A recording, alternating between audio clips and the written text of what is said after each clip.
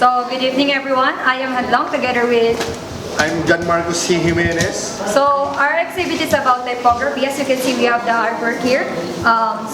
With the title of Soul Self-Scrutiny. So, an artwork applying typography and anaglyph is a creative way to emphasize different purposes, ranging from enhancing visual aesthetics and readability to creating immersive and experimental visual expressions. So these two approaches are meant to demonstrate to our audiences that the greatest way to convey concepts, arouse feelings, and tell a story through artistic expression is to trust the process and explore.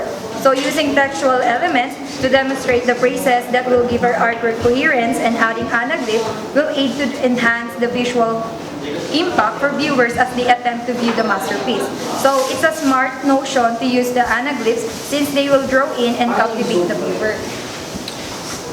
So this anaglyph, the first thing viewers will notice when viewing the anaglyph typography art are the color red and blue.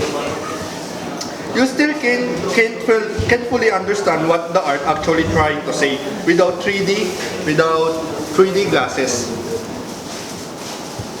Because it displayed 3D use.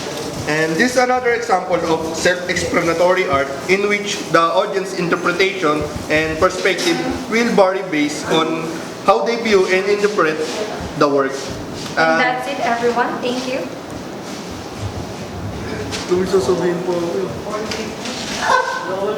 And kung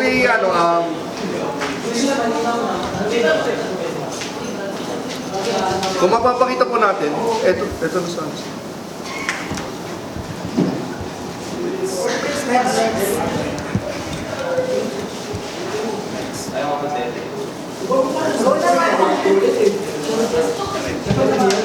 and